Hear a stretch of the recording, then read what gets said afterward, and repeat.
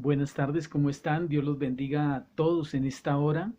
Los bendigo en el nombre de Jesús de Nazaret, esperando que el Señor esté guardando y protegiendo sus vidas. Hoy con una palabra del corazón de Dios para sus vidas. Quiero bendecirlos hoy de parte de Dios con esta palabra porque sé que va a traer entendimiento a muchos. Los que me puedan escuchar van a entender algo muy importante de parte de Dios hoy. Quiero ir a la palabra del Señor de una vez para todos los que no me conocen. Soy José González, creo en el Señor Jesucristo, creo en el Padre y en el Espíritu Santo. En esta hora estoy delante de ustedes por la misericordia de Dios. Dios me permite estar aquí en este momento y quiero como les dije hace un momento, bendecirlos con esta palabra. Voy a ir un momento a la palabra del Señor y quiero explicarles algo que cuando usted vaya a orar, va a ser guiado por Dios a que haga lo que Dios quiere antes de empezar a pedir, a clamar a Dios.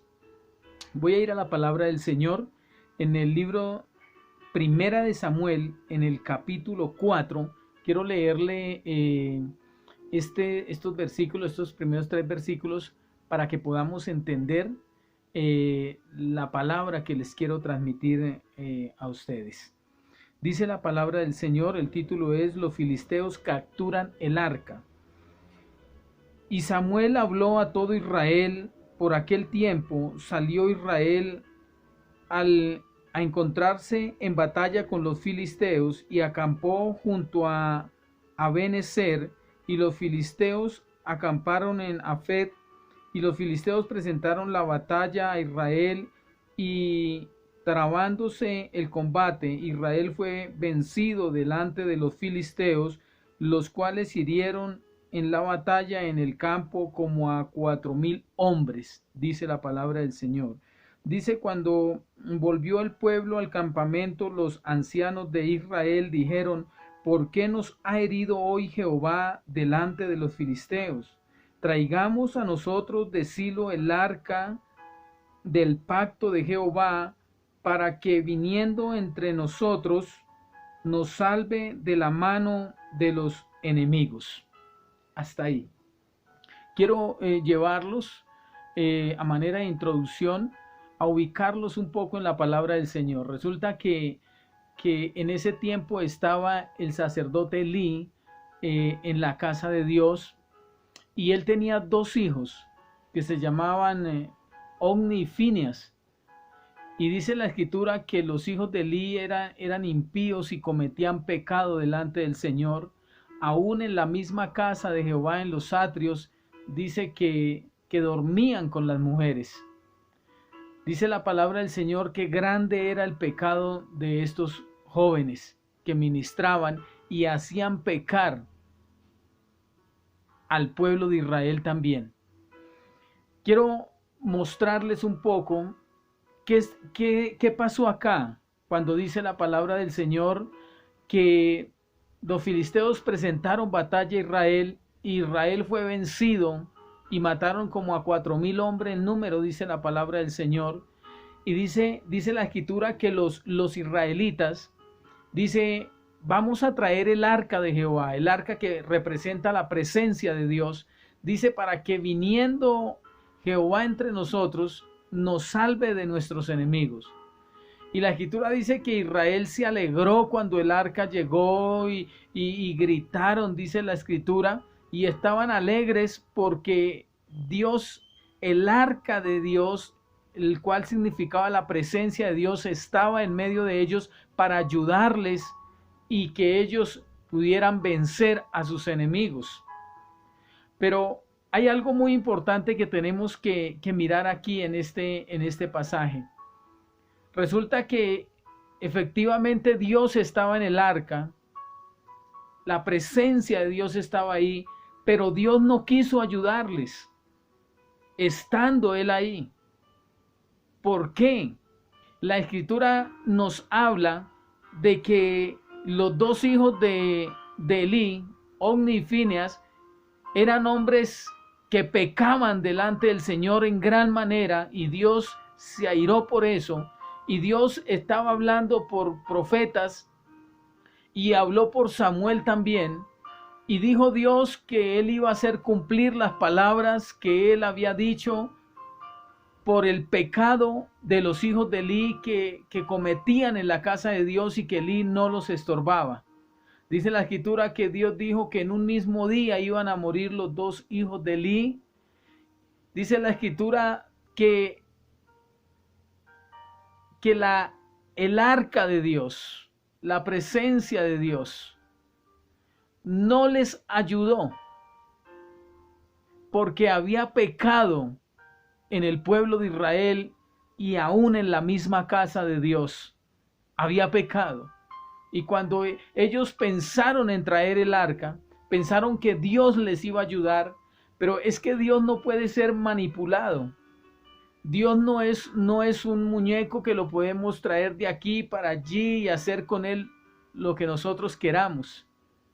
Israel se alegró y pensó que Dios les iba a ayudar sin ellos entender, sin ellos mirar primero cómo estaban delante de Dios, si estaban en obediencia a Dios. Y ellos no percibían esto, ellos lo que querían era que el arca de Dios estuviera ahí para ayudarles y no importaba cómo ellos se estaban comportando, no importaba cómo ellos estaban pecando delante de Dios también con idolatría y todo pecado, en el cual Dios dijo que esa descendencia de Elí no iba a estar más en la casa de Jehová ministrando por el pecado de ellos. Yo quiero llevarlo a una reflexión en esta noche, porque usted y yo podemos declarar muchas cosas. Declarar, bueno, Dios me va a ayudar, Dios me va a guardar, Dios me va a sacar de esto, Dios me va a sacar de lo otro, y yo declaro, y yo declaro, y yo declaro. Pero tenemos que mirar algo nosotros como hijos de Dios. ¿Qué tenemos que mirar? ¿Cómo estamos delante de Dios? Si estamos obedeciendo a Dios o estamos como aquella generación, como los dos hijos de Elí y como Israel, que pecaban delante de Dios, mas sin embargo ellos querían que Dios les ayudara. Ellos querían que Dios les ayudara, pero ellos no querían compromiso con Dios, no querían obediencia a Dios. Y así Dios no les ayudó de esa manera, porque ellos tenían que reconocer su pecado delante de Dios y apartarse del pecado, para que así, estando Dios en medio de ellos, Dios se moviera de una manera poderosa. ¿Por qué digo que Dios estaba en el arca? Dios siempre, el arca representaba la presencia de Dios, era donde la presencia de Dios moraba. Pero cuando dice la escritura que en aquella batalla, cuando murieron los dos hijos de Elí, Ofni y Fineas, dice que el arca de Jehová también fue capturada y llevada por los enemigos, por los filisteos. Pero mire que cuando el arca fue llevada delante de los enemigos, ellos tenían un dios que se llamaba Dagón y colocaron el arca ahí al pie de Dagón. Dice la escritura que en esa noche que Dios destruyó esa imagen que tenían del dios Dagón, dice que la cabeza le amaneció sin cabeza, sin brazos, porque Dios había destruido ese muñeco, ese Dios, entre comillas, que era para ellos, pero que no es Dios, porque hay un solo Dios y es el Todopoderoso, el Señor Jehová de los ejércitos. Ese es el único Dios que hay, el verdadero, el único que existe, el Todopoderoso, el gran yo soy, y el Señor Jesucristo, a quien Dios ha enviado. Y le quiero decir algo para que usted, cuando ore, usted piense en esto. Porque no es nomás declarar y decir, Dios está conmigo, Dios me va a ayudar, Dios está presente para ayudarme, para derramar su gloria, para quitar esto, para quitar lo otro, para defenderme de mis enemigos. Pero primero tiene que usted cerciorarse si realmente usted está en obediencia a Dios, si estamos obedeciendo a Dios o estamos como omnifinias pecando delante de la presencia del Señor y queremos que Dios nos ayude cuando estamos en iniquidad, en pecado delante de Él. Medite por un momento en esta palabra que le estoy dando a usted. La Escritura dice que cuando el arca de Dios fue llevada, para retomar lo que les estaba hablando ahorita, que por qué les digo que la presencia de Dios estaba ahí pero no actuó. Cuando el arca de Dios fue llevada por los enemigos, no solamente este Dagón, esta imagen que tenían, fue destruida delante de la presencia del Señor por la mano de Dios, sin intervención de hombres. No solamente eso, sino que empezaron a salirle tumores a la gente, dice la Escritura, y hasta que los filisteos les tocó devolver el arca porque la presencia de Dios estaba ahí y Dios estaba haciendo gran estrago en los filisteos. En cada ciudad donde estaba el arca empezaban a salirle tumores, muertes por todos lados, hasta que les tocó devolver el arca a Israel. Dios siempre había estado ahí.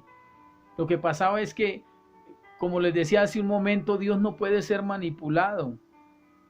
No podemos pretender nosotros querer que Dios nos ayude cuando nosotros estamos en desobediencia a Dios. Es imposible.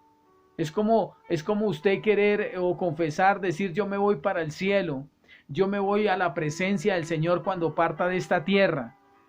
Cuando usted está en adulterio, en fornicación, cuando usted está pecando delante de Dios, mintiendo, robando, tomando, haciendo muchas cosas más, y usted diciendo, no, yo declaro que yo me voy para el cielo, yo me voy para el cielo porque yo he creído en Jesús. La Escritura dice, no todo el que me llama Señor, Señor, entrará al reino de los cielos, sino aquel que hace la voluntad de mi Padre. Es necesaria la obediencia. El Señor dice, porque obediencia quiero y no sacrificio.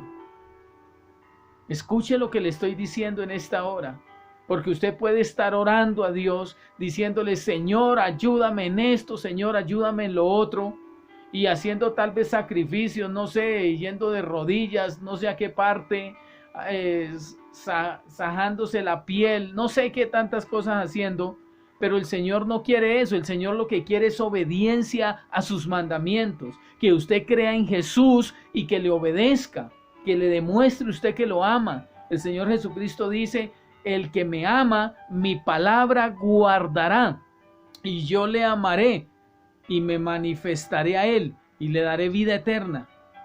Es importante que entendamos esto hoy, que cuando usted vaya a orar al Señor, cuando vaya a estar en la presencia del Señor, a hablar con Dios, que usted se coloque a cuentas con Dios y diga, Señor, ayúdame porque te estoy fallando en esto, en lo otro. Que usted se pueda colocar a cuentas con Dios y ahí sí usted le pida al Señor, ayúdame en esto, ayúdame en lo otro. Porque Dios se alegra en los que van a Él para pedirle ayuda a Él. Por eso dice la Escritura, porque los ojos de Jehová contemplan toda la tierra para mostrar su poder a favor de aquellos que tienen corazón perfecto para con Él. ¿Cuál es un corazón perfecto que está hablando esta palabra que les estoy diciendo este versículo? Un corazón perfecto es el que va a Dios y se apoya en Él, que depende de Dios, que va a Él porque dice, Señor, si tú no me ayudas, yo no puedo. Ayúdame en esto, ayúdame en lo otro.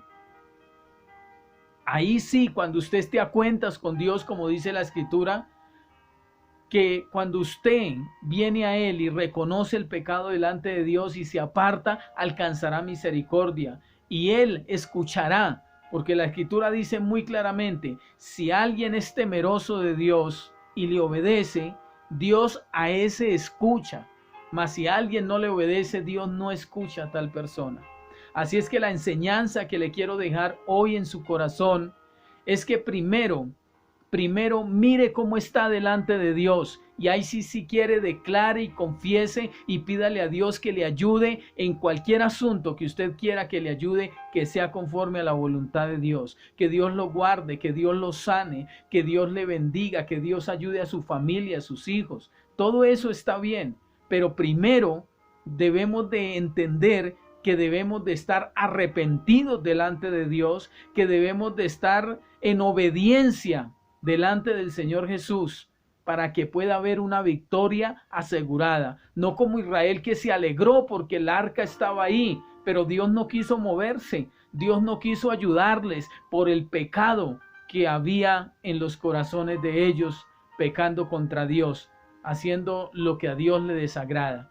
Así que mi amigo que me ha escuchado en esta hora, Dios le bendiga, Dios le guarde, la bendición del Todopoderoso esté sobre su vida, que Dios lo atraiga a Él con su Santo Espíritu.